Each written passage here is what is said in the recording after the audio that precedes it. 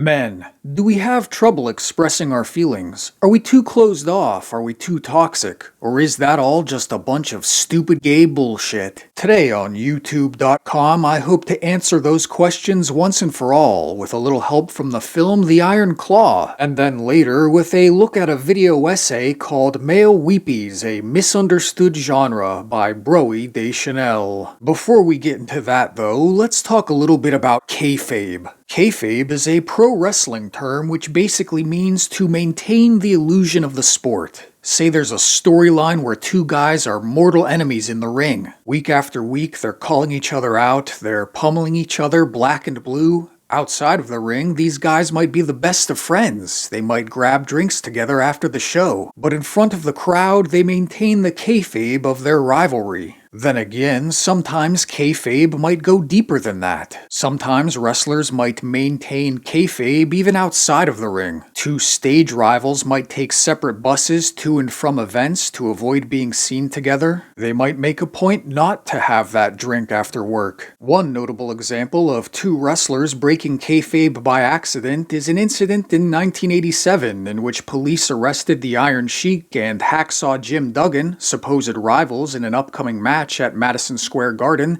as they sat together in a car drinking and using cocaine. Sometimes there might be different layers of kayfabe, where what's real and what's an act becomes increasingly hard to discern. A real-life rivalry might be worked into a storyline, a fictional romance might blossom into a real one. A wrestler might insist in an interview that something made up was actually real, only for it to actually be fake, and vice versa. What looks like a real injury in the ring might actually be a fake one, or a real injury might be worked into a routine. A signal is worked out to distinguish real from fictional injuries, but then even that signal is used as a part of kayfabe to enhance the drama. It's one thing to say wrestling is fake. Sure, everybody knows it's fake, but it's that murky hall of mirrors that is kayfabe, that artful interplay between the truth and the lie that lends wrestling its mystique. The Iron Claw, as a film about professional wrestling, uses the idea of kayfabe to great effect throughout its story, while also providing a lens by which we might analyze its central themes, namely men and their relationship to their emotions. In the realm of story, the Iron Claw uses kayfabe to maintain tension. The wrestling scenes are presented in the same dramatic context as a real wrestling match, so that the audience never quite knows what's real or not until the players leave the ring, and sometimes not even then. The audience doesn't know for sure whether Kevin is injured or not until we see him in the locker room wrapped in bandages. You could make the argument that there's no telling to what extent Kevin might have actually lost his cool against Ric Flair, because even the blood in Nature Boy's hair could be just for show. In effect, the film treats wrestling the same way Kevin Von Erich does, with the same transformative potential. While wrestling might be a performance, that doesn't mean it's fake. It's interesting that after getting injured, Kevin says to his father, "I didn't know he was going to throw me from the ring," when the reality is, probably, that he more threw himself out of the ring than he was thrown. That's how wrestling works. A guy gives you a cue, it's your job to go along with it.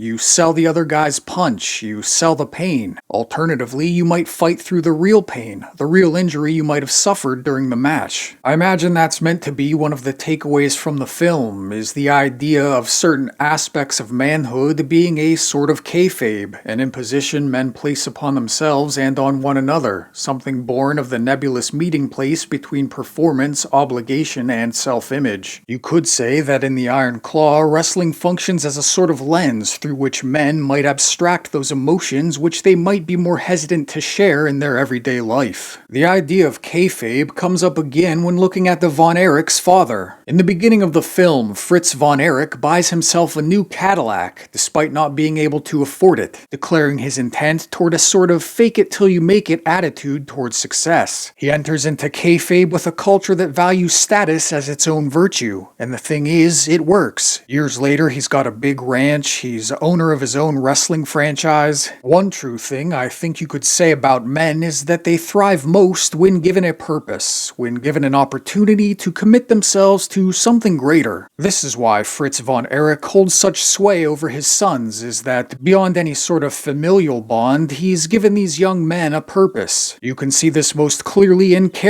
Von Erich, who, after his Olympic dreams are shattered, is able to take refuge in the family business, and who, even after his leg is gone, clings to wrestling for dear life. The problem becomes when Fritz Von Erich makes his own road to success a prescription for each of his sons. The prescription certainly doesn't fit Mike Von Erich, who aspires more to be a musician than a wrestler. Kevin, Carrie, and David Von Erich, they love, respect, and understand Mike. Maybe having a brother outside of the family business, somewhat abstracted from the influence of their father, is a good and necessary thing for them. Maybe they, as not just athletes but stage performers, have some of the same artistic spirit, even if they might not know it themselves. Their father, however, he doesn't understand the positive effect Mike has on the brothers' dynamic. He seems to not quite understand the importance of their bond and positive impact it might have not just on their well-being as people, but their success as wrestlers. Instead, he takes every opportunity to put the brothers in competition, to pit them against one another. Instead, he prioritizes kayfabe. In telling his sons they shouldn't cry is the idea that there is something within every man, something secret and indomitable that is key to his success, but which loses its power if exposed to too much scrutiny. Following this line of thinking, the moment when Kevin shows vulnerability in front of his sons and cries is contextualized as a sort of risk, but which has its reward in that, first of all, Kevin is able to approach a much-needed catharsis, but more importantly, that he's able to show his sons that they need not be afraid of similar vulnerabilities in themselves. The world doesn't end, Kevin's sons aren't repulsed by him. I've got a few more good things to say about the Iron Claw, but before then I have to take a long detour through another layer of kayfabe. It's a kayfabe concocted by the zeitgeist, and which the Iron Claw defers to, but to its credit, avoids being ruled by. It should be obvious by now that a movie isn't going to garner any sort of mainstream prestige if it doesn't defer to at least some corner of modern progressive orthodoxy. Journalists must be able to quantify it according to a by-now routine set of ready-made buzzwords. This is especially true for a movie like The Iron Claw, which not only dares to humanize men, and white men at that, but dares to invoke a sense of nostalgia for a time and place routinely demonized by this same orthodoxy. The way The Iron Claw does this, the corner of progressive orthodoxy it pays tithing to, is in the notion of toxic masculinity. To be clear, this is not to say that the film itself can be reduced to such platitudes alone, only that it satisfies the modern obligation to them. The kayfabe the zeitgeist has established in toxic masculinity is the idea that whatever struggles men might go through, be they emotional or material,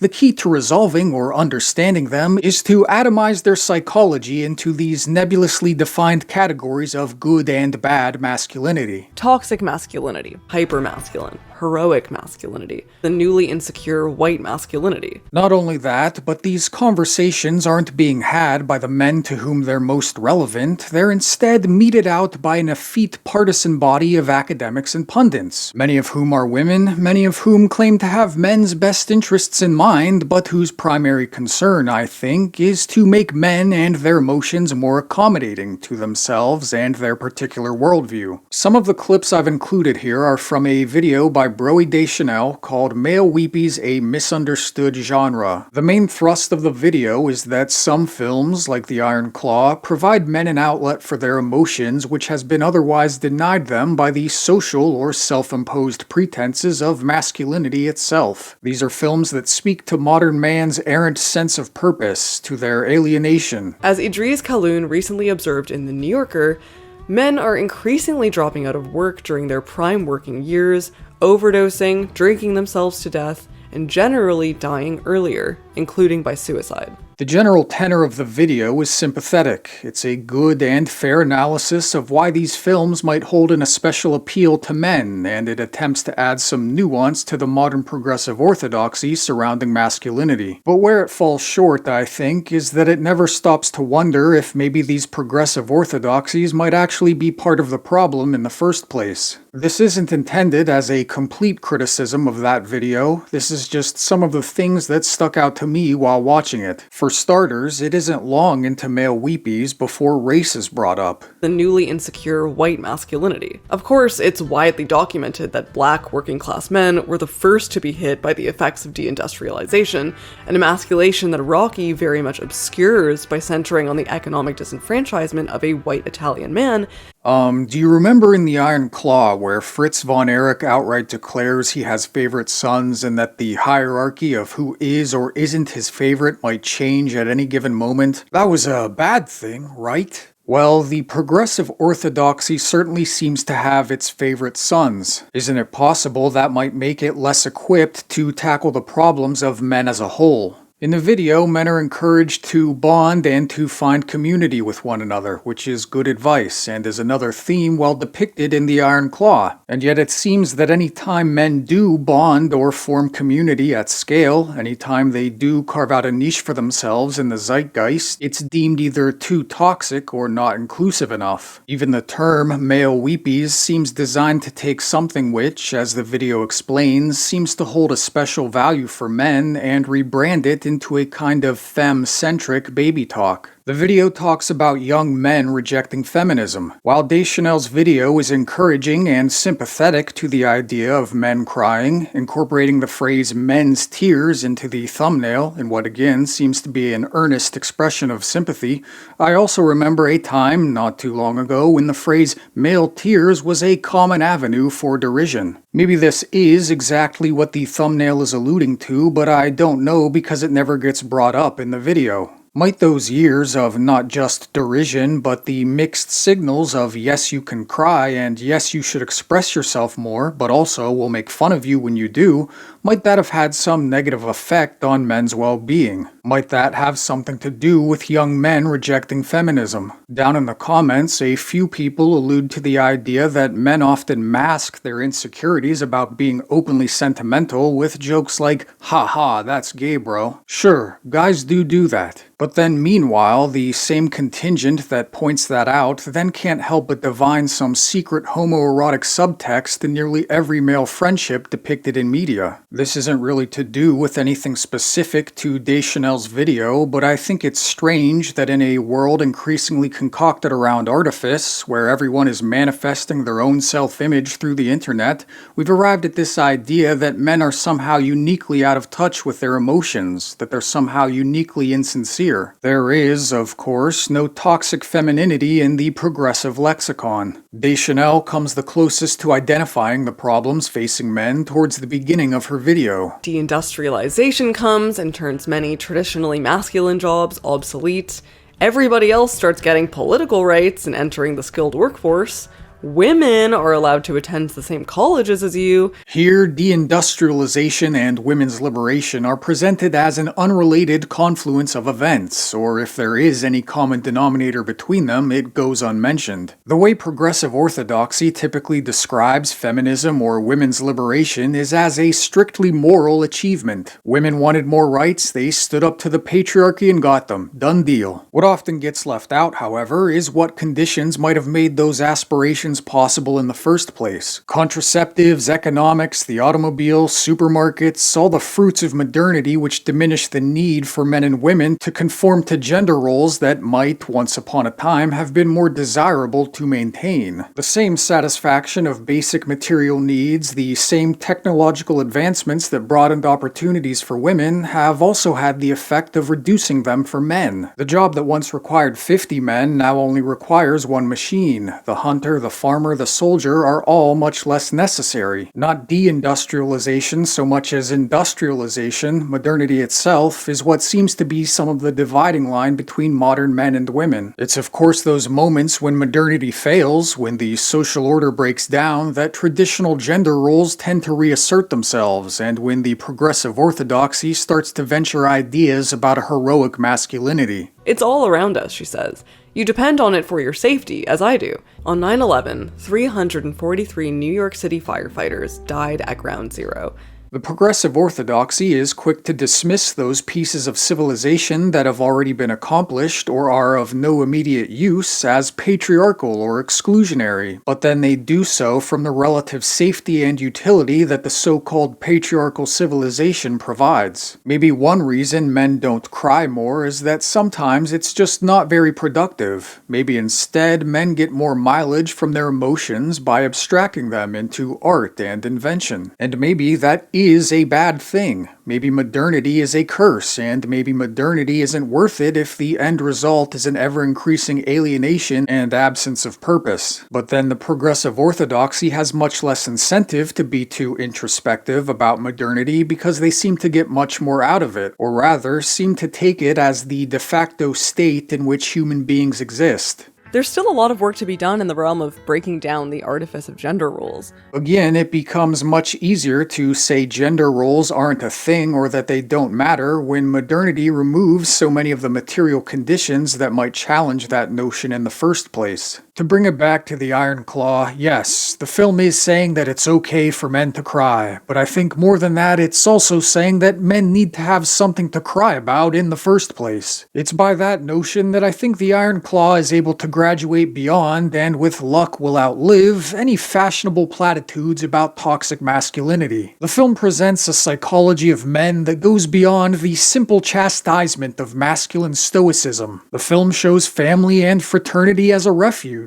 It shows the simple warmth and sentimentality of guys just hanging out. At the end of the film, when Kevin breaks down crying, he says to his son something to the effect of, "I'm sad because I was a brother, and I'm not anymore." He doesn't say I had brothers, but I was a brother, suggesting being a brother as a purpose, as something Kevin could commit himself to, and which must now be brought to bear in raising his sons. The only reason Kevin was able to cry in the first place is because he did have that positive, loving relationship with his brothers. In that sense, the Iron Claw also breaks a lot of those stereotypes about men and their emotions. Another thing to note is that after getting done crying, what do Kevin and his sons do? They go back to playing football. The implication here, and of the film as a whole, is that we need not throw the baby out with the bathwater, that men might attempt some sort of equilibrium with their masculinity without throwing it away altogether. And to be fair, this male Weepies video seems to come to a similar conclusion. But shunning masculinity entirely is not the best start. The last thing I'll say is, as much as I liked the Iron Claw, it didn't make me cry the way it did some people. By the end, I had sort of gotten numb to the slow-motion car crash that was the Von Erich family curse. I think the last movie that did make me cry was... Wait a minute, I'm not telling you that. That's gay.